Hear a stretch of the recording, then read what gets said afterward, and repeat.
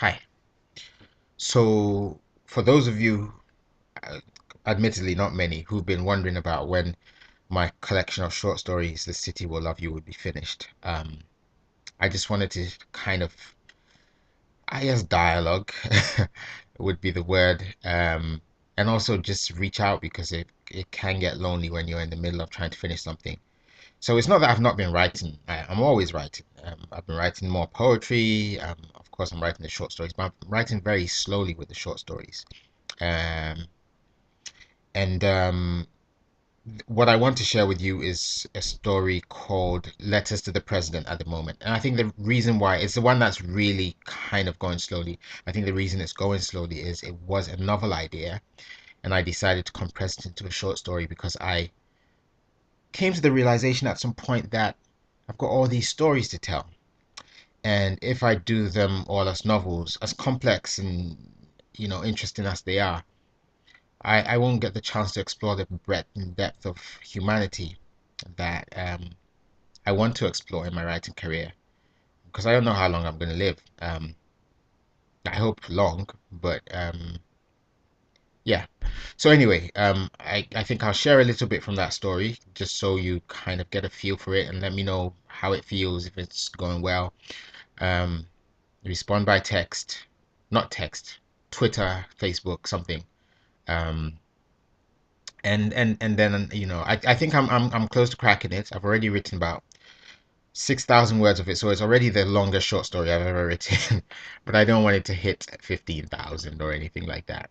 So here it goes. Letters to the President. I'm just gonna grab it.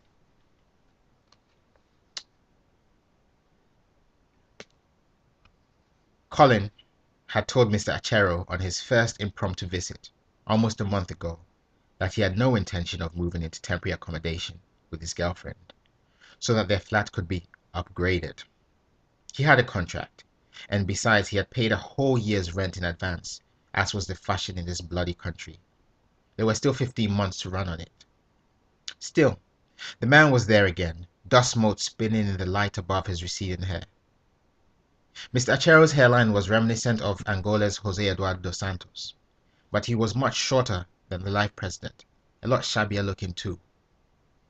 He favored the custom-tailored outfits known locally as political, matching trousers and shirt-style jackets under which one wore white vests. Even Colin, after less than 3 years living in the capital, could tell Mr. Achero's tailor had no panache. The pale blues and cream fabrics Mr. Achero went for didn't help either. Colin exhaled hard, flexed his fingers, feeling the sinews in his forearm pulse. He didn't tell Mr. Achero that he hadn't seen his girlfriend for months, that he had no idea where she was.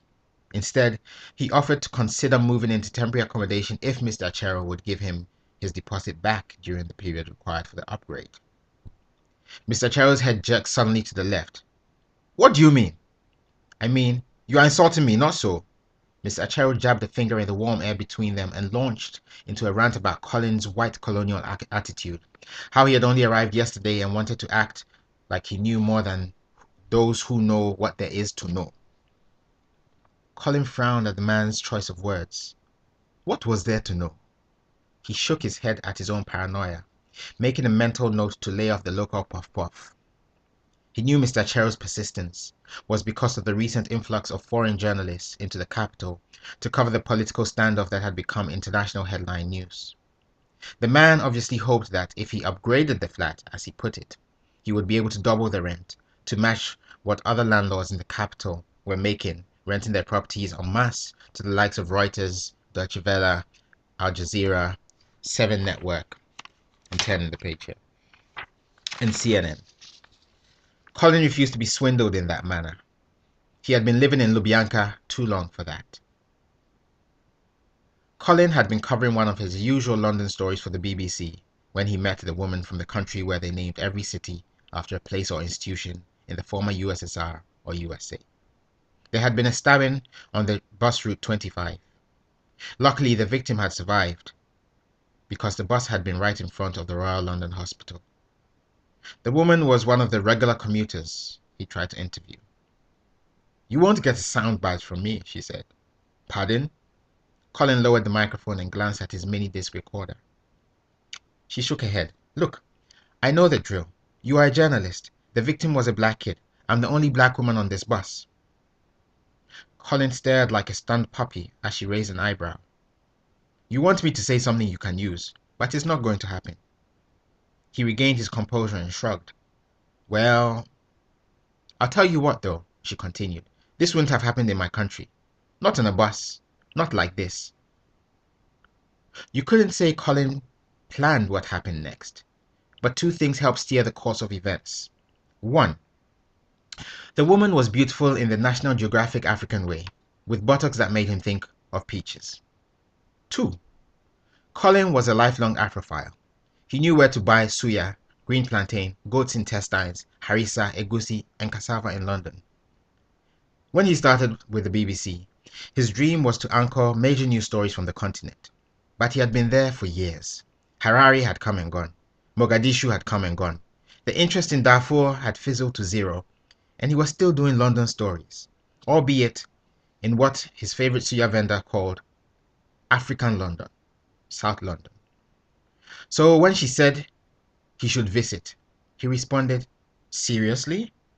And she nodded with that smile, saying big things were about to happen there.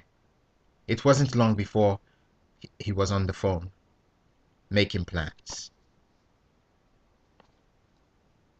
So that's just the first section. As you can tell, it's a fictional country. I don't know exactly how I'm handling that, but yeah. So that's the opening section. If it, I don't know, I hope that it triggers some kind of interest. And I'm getting close to the end of it, and I'm really enjoying it. So I'm confident that it's going the way it should go. And I hope it kind of piques some kind of interest, or responses that might help in the conclusion of it. I can't tell you what the plot is because it will spoil it for you completely. Yeah, the plot's very important to the tension, and knowing it will just kind of ruin that. It's like pouring water on charcoal. It's not going to end well. So, yeah. So hope to hear from you guys. I hope you enjoyed it. And yeah, until I read the full story online.